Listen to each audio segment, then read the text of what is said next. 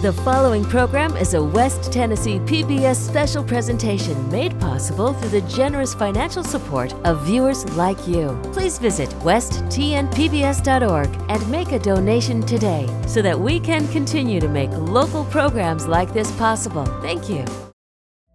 In this edition of Channel 11 Checkup, from drug-resistant salmonella linked to backyard poultry to rising concerns about tick-borne diseases, health officials are urging extra caution this summer. We also sit down with an entomologist to talk about ticks, along with fire ants, hammerhead worms, and other insects that can affect both people and pets. We'll have more on what you can do to help prevent bites and exposure before they happen. And later, as we head into the summer months, protecting your skin is more important than ever. Skin cancer is common, but also highly treatable when caught early. We'll cover what to look for and when to get checked. Those stories are coming up. From your health to your kids' health, from senior care to family wellness, from what's on your plate to how you live every day. This is Channel 11 Checkup with Ginger Rousey from Madison County Health. Hi, I'm Ginger Rousey. Thank you for joining us for this edition of Channel 11 Checkup, a show that focuses on the health of our community. In this show, we'll provide education and resources on health and wellness issues facing West Tennesseans. But first, here are some health headlines. The Centers for Disease Control and Prevention is warning the public about drug-resistant salmonella infections linked to contact with backyard poultry. This spring, dozens of people across 13 states, including Tennessee, were infected and 13 were hospitalized. No deaths were reported. The illnesses were tied to contact with backyard birds such as chickens, ducks, geese, turkeys, and guinea fowl. Nearly 80% of people interviewed reported exposure to backyard poultry, and most of those who own birds had obtained them within the past year, often from retail sources. What makes this outbreak more concerning, officials say, is that laboratory testing found the bacteria were resistant to at least one antibiotic used to treat salmonella. Some samples showed resistance to multiple commonly used drugs, raising concerns that infections could become more difficult to treat. Health officials note that salmonella from backyard poultry can spread easily through contact with birds, their feed, or their environment, especially when proper hand hygiene is not followed. Young children, older adults, and people with weakened immune systems are most at risk for serious illness. The CDC continues to remind backyard flock owners to wash hands thoroughly after handling birds or eggs, avoid close contact such as kissing or snuggling poultry, and take precautions to reduce the risk of infection. As Tennesseans head outdoors this summer, health officials are reminding everyone to be aware of a growing concern: tick-borne diseases. Ticks are common in grassy, brushy, and wooded areas across the state, and some can carry illnesses like Rocky Mountain spotted fever, ehrlichiosis, Lyme disease, and even alpha-gal syndrome. Early symptoms of tick-borne illnesses can look a lot like the flu and may appear within a few days to a few weeks after a bite. Watch for fever or chills, headache, fatigue, muscle or joint aches, and sometimes a rash, though not everyone develops one. Health officials say you should contact your healthcare provider if you notice these symptoms after a tick bite or after spending time outdoors. Many tick-borne illnesses can be treated with antibiotics, especially when caught early, and the best defense is prevention. We'll take a closer look at simple steps you can take to protect yourself and your family from tick bites coming up later in the show. In other news, federal health officials are reporting reassuring results from a new analysis of infant formula sold in the United States. The Food and Drug Administration tested more than 300 samples of commercial infant formula between 2023 and 2025 as part of its Operation Stork Speed initiative. The review looked for heavy metals such as lead, arsenic, and mercury, as well as pesticides, PFASs, often called forever chemicals, and chemicals found in plastics.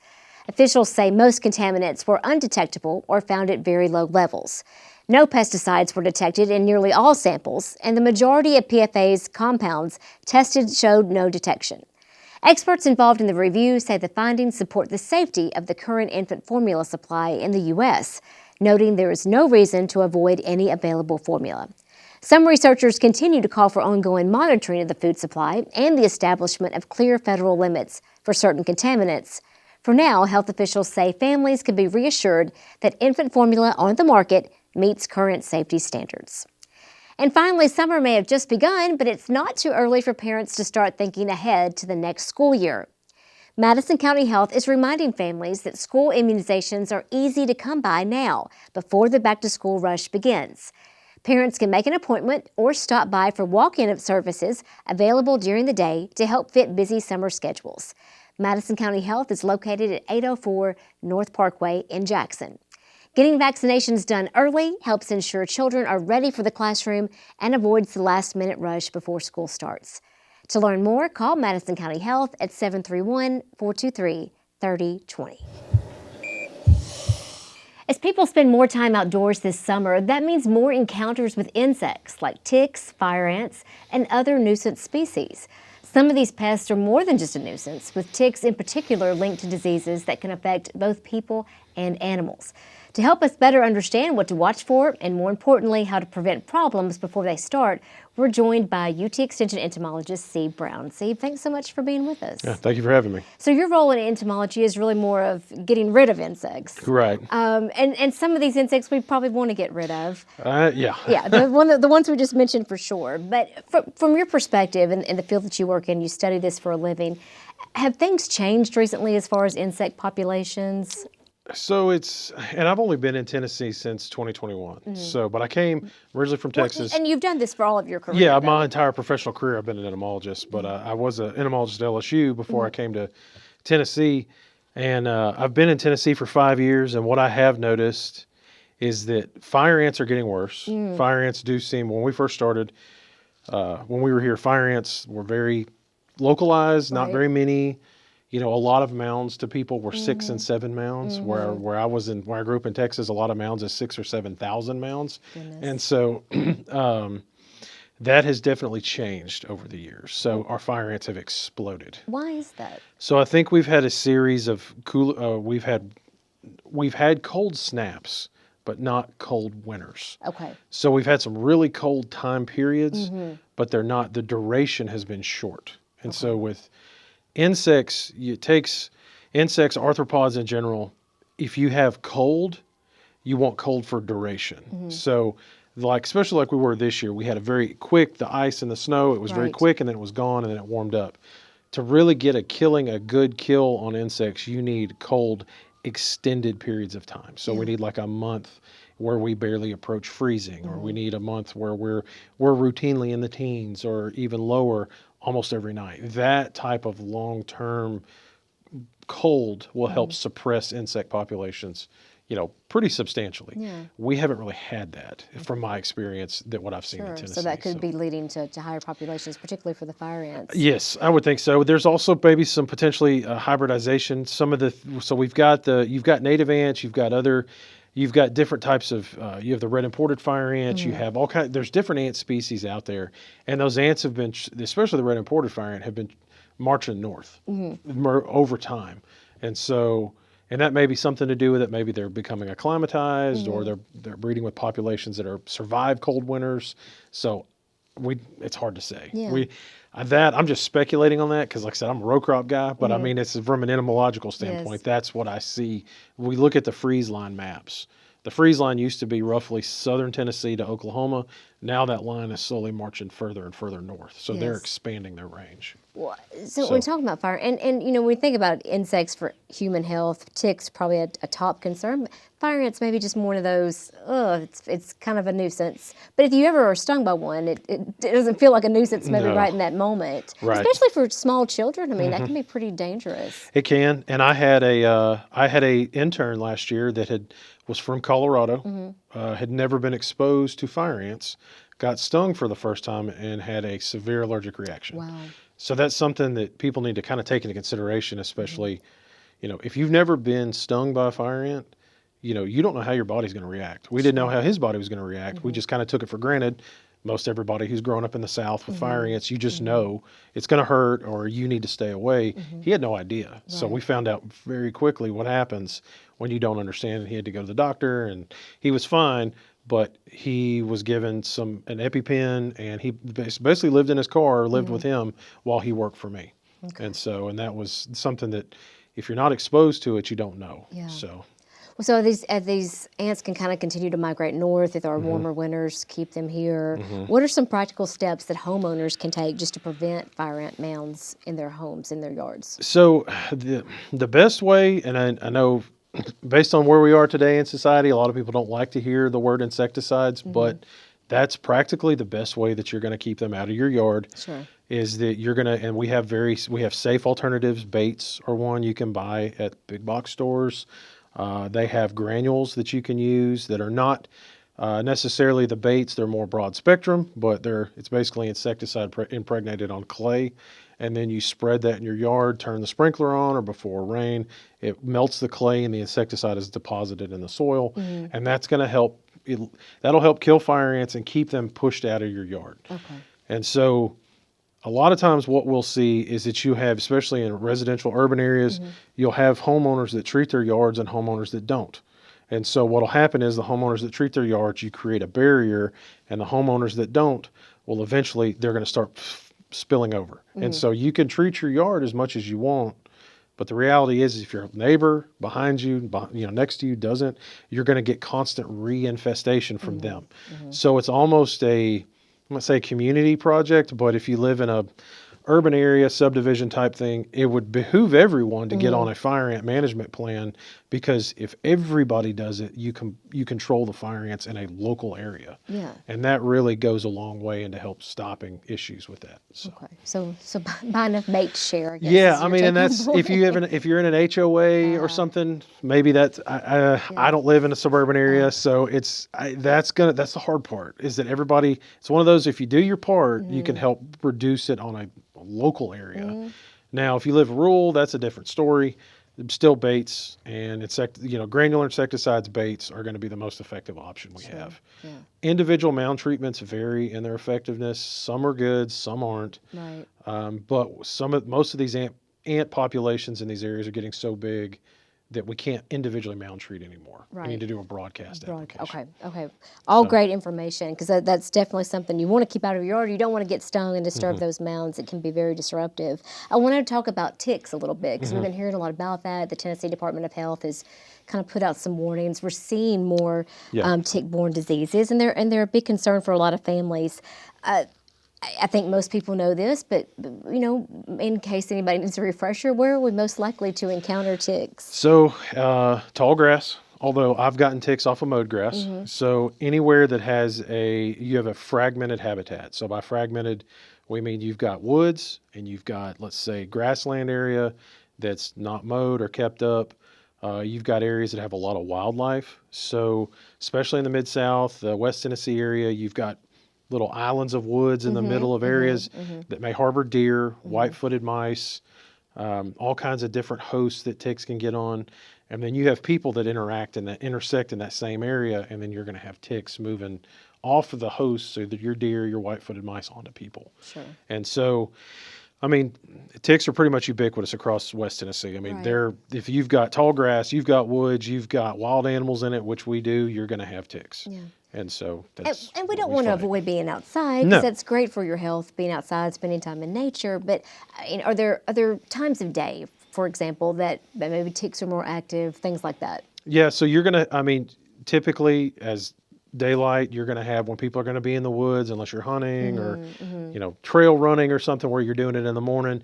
Typically, ticks are going to be active during the daytime. You can pick them up at night, and more often than not, they're going to kind of coincide when we're actually going to be in the woods. Yeah. And so ticks don't really like direct sunlight. Okay. And so what'll happen is, a lot of times, one of the biggest enemies of ticks is dehydration. So that's why a lot of times when you have low mowed, manicured grass, you don't have a lot of ticks, because sunlight penetrates the canopy of the grass to the soil, and it can dehydrate ticks. Okay. So that's why shady, overgrown areas have a lot of tick populations. They're a haven for ticks, sure. Yes. Okay, so the opposite of that is what you're kind of wanting, if you're wanting to reduce your ticks in your yard. Of course, we know ticks can carry diseases: Rocky Mountain spotted fever, Lyme disease, ehrlichiosis, alpha-gal, kind of sort of a new one. It's been around for a little bit, but one we're hearing about a lot more. All of these are concerns for human health. a good question we get sometimes is how long does the tick have to be on you to transmit that disease? So it's hard to say for a hard and fast rule depending on the species. What I tell people, as soon as you find a tick, get it off. The lowest amount of time you can have a tick embedded in your body, the better. Typically, what the guidelines are going to say, 24 to 48 hours is the time needed to transmit what certain diseases. I mean, potentially ticks can transmit diseases anytime that they're taking a blood meal on you. So if you're in the woods and you can get inside, strip your clothes off, and take a shower within 2 hours to make sure that you can get any ticks off of you, that's ideally what you want to do. You don't. It's not. And what I tell a lot of people, it's not the ticks that you find that you worry about. It's the ticks you don't find on your body. And so that's one. Check your kids. I have my wife check me because I'm a turkey hunter. And so when I come in, it's like, take my clothes off, and she like check me for ticks, checks my daughter, checks my son. And so we, we go through that. We have a whole process that we do when we come in from outside. It is really important, especially as these diseases can be very serious. What conditions increase the risk of ticks carrying a disease? Not all.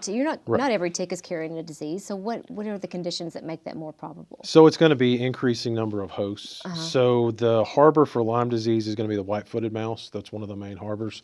They're very predominant in West Tennessee. Deer.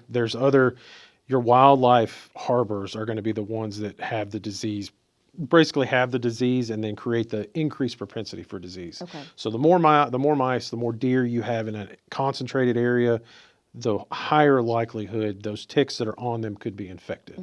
And so, and that's when I talk about the fragmented areas where if you have a high concentration of deer in a urban area, that's say there's a patch of woods in an urban area with a high concentration of deer, lots of wildlife, they may be a little bit more apt to have the diseases than say if you're on a 5,000 acre tract of woods somewhere where deer are more spread out, if that makes sense. It does make sense, yes. And we have this in Jackson, kind of running right through the middle of town, and anybody who lives here is very aware of that. Big deer population here, so something very important to keep in mind. And I guess checking for ticks is a big take-home point. Yeah, check yourself, and that's something like, and you have to be thorough.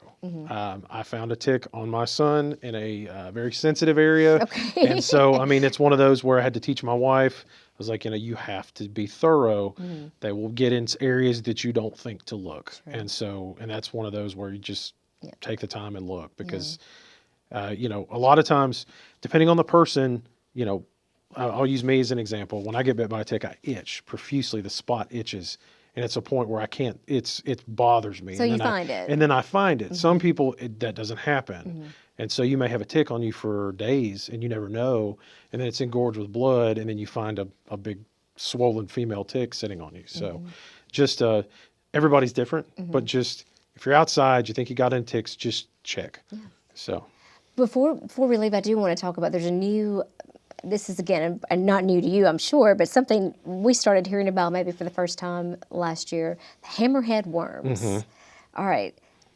They're poisonous, toxic? Tell me about hammerhead worms. So hammerhead worms are invasive. We think they've been in the United States since roughly the 1900s, came over in soil from container plants out of Asia. They are carnivorous, so they eat earthworms, they eat slugs, they eat a lot of our arthropods, or not even really arthropods, more of like our worms and things beneath the soil. And so that's where they disrupt habitat, is they actually eat your earthworms, which we know are good for soil. But the thing is, some species can produce a tetrodotoxin, so it's like the same thing that's in a pufferfish, inside their body, and then they produce a substance in their slime that can be irritating to your skin, and they can also harbor parasites. So definitely don't eat them. That's one. Don't really touch them with bare hands. Don't chop them up. The best thing to do is you can use vinegar as a spray. You can use salt. They'd say, use salt and earthworm, they shrivel. It's the same thing with the hammerhead worm. The thing is, don't use a bunch of salt, because if you wind up dumping it on your ground, you're going to sterilize the soil. Don't dump it on your plants that you care about. But I get a lot of pictures of hammerhead worms on concrete next to pools. They come out when it's raining, And so if you want to dump a pinch of salt on there, that's one way to get rid of them. How dangerous are they? So in the scheme of things of digging in the soil, they're going to be more dangerous than a lot of what we deal with. They're Okay. one that you don't really want to play with them. You don't, and I have small children, so that's hard, playing with creepy crawlies. It's like, that's one I tell them, don't touch them. Don't pick them up, don't touch them. And so that's one that, especially with that irritation. And I know, being an entomologist, I know a lot of things that sometimes I wish I didn't know. And so they can spread some nasty parasites. Okay. And so it's ones that you don't want to you don't want to come in contact with. Sure. And so it's just better to leave them alone. The big thing is don't chop them up. Don't take a shovel and cut it in half and think you did something, because they regenerate from fragments. Okay. So if you chop up a hammerhead worm in 10 fragments, you may have just created 10 more hammerhead worms. Essentially, kill them with salt or vinegar, or there's a few other, options, but salt and vinegar, they've been the most effective. But try not to handle them with your hands without gloves. And for Yes. sure tell kids Yeah. to be aware and not to be picking these up. Yeah, handle them with gloves and don't pick them up. They're not an earthworm. You don't want to take them fishing. Right. So this is not one you want to bait a hook with. No, just. Are there ways to make your yard less inviting to them? So if you can well-drain soils, so if you hold water, they like warm, moist habitat. So if you can, make sure your soils are well-drained. Over-mulching is one. Don't put more mulch than you need, because it creates a warm, moist habitat full of decaying organic material. Just really managing water. If you can get water off of your ground, get it to dry out. Hammerhead worms don't like dry soils. They want moist, wet soils with lots of organic material. Okay. So. All right. Really good information, Seep. We appreciate it. It's amazing how human health and even insects interact so much. Oh, yeah. And we appreciate you taking some time and spending with us. Yep. Thank you. Thank you. Summertime temps are rising, and it's only going to get hotter in the weeks ahead. As we head toward the dog days of summer, it's important to stay safe, especially when working or exercising outdoors in extreme heat. So how can you tell if someone's been in the heat too long? We're taking a closer look at the signs of heat-related illness and what experts say you should do if you spot them. Heat exhaustion is a rapidly reversible, treatable, non-life-threatening condition in which our bodies start to overheat, and then we develop things like muscle cramps, nausea, fatigue, dizziness. And to treat that, we just remove ourselves from that environment. We start to cool our bodies down. We can rehydrate orally just through drinking water or a drink with electrolytes in it. Heat stroke, however, occurs when our body temperature rises significantly. Often we think about temperatures at 104 or 105 degrees Fahrenheit. Our body's ability to cool itself down stops functioning, so we stop sweating. We may become confused. People can have seizures. They can have cardiovascular collapse and even death.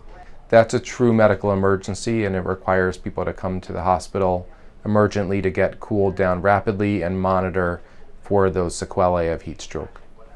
It's important that if you're bringing in a family or a loved one to the emergency department and there's any concern for heat stroke, tell the doctor, tell the nurses what the environmental exposures were. I was just with my neighbor and we were outside all day and they were painting the house and it's 100 degrees. And that will help tune in the ER doctor to think about heat stroke. We need to rapidly cool a patient's body temperature down. So that can often be done with things like ice baths, putting water on a patient and then using fans to help cool a patient down, using cooled intravenous fluids. Those are some of the most common and first step actions that we would take in an emergency department to help cool a patient with heat stroke. Skin cancer is the most common form of cancer in the United States, and early detection can make all the difference. But many of us may not think twice about a new spot or mole. However, knowing what to look for could save your life. Take a look at this from the Cleveland Clinic. Melanoma accounts for only about 1% of skin cancers. However, melanoma, which means black tumor, is also the deadliest form of skin cancer. Melanoma grows very fast and can spread to the lymph nodes or internal organs. Luckily, it's highly treatable. In fact, it has a 99% cure rate when caught early. Early detection is key to determine the best treatment plan. experts recommend using the ABCDE rule to identify the warning signs of melanoma. A. Asymmetry. Spots on your skin are normally symmetrical. If you draw a line down the middle of a mole or a skin spot, each side should look the same. However, when these two halves don't match, meaning the spot is asymmetrical, that could be signs of a problem. B. Border. Normal skin spots have a smooth, consistent border. A mole might look like a perfect circle. An abnormal skin spot might appear jagged or uneven, like a splotch or a splash. They might also have an irregular shape. C. Color. The color of a melanoma is mottled and inconsistent, with shades of brown, black, gray, red, or white mixed together. D. Diameter. Larger skin spots are a sign of skin cancer. A good rule of thumb is that a spot with a diameter bigger than a pencil eraser is abnormal and should be checked out by a doctor. E. Evolving. Normal skin spots maintain a steady appearance over time. However, if you develop a new mole or have a mole that starts to grow or change shape and texture, this could be melanoma. Doctors sometimes identify cancer using what's called the ugly duckling rule. If you have a mole that looks different from other moles nearby, perhaps it's bigger or lighter in color, that could be a warning sign.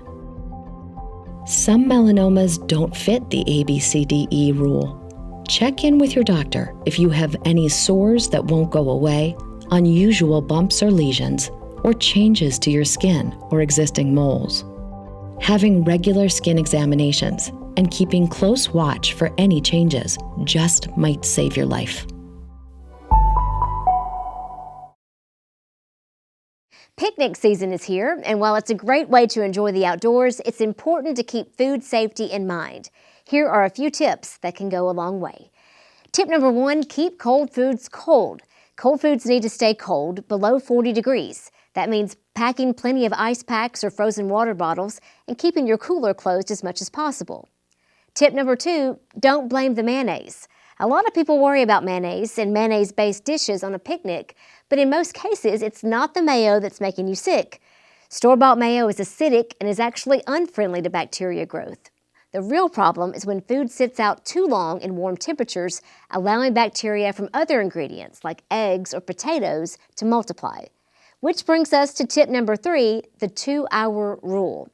Perishable foods, no matter the ingredients, shouldn't sit out for more than 2 hours. If it's really hot outside, that time should be cut to 1 hour. And finally, tip 4, clean hands, clean tools.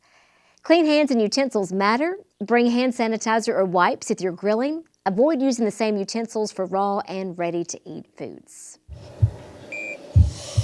Before we leave, a reminder that kids who will need school immunizations this fall should not put them off. Kids entering pre-K, kindergarten, or 7th grade must be up to date in Tennessee. Come to Madison County Health now for childhood vaccines and beat the back-to-school rush. You can call for an appointment or take advantage of our walk-in services between 8 a.m. to 2 p.m. We want to thank our guest, C. Brown with UT Extension, for joining us. And we'd like to thank you for joining us as well on this episode of Channel 11 Checkup. I'm Ginger Rousey. Thanks for being with us, and we'll check in next time.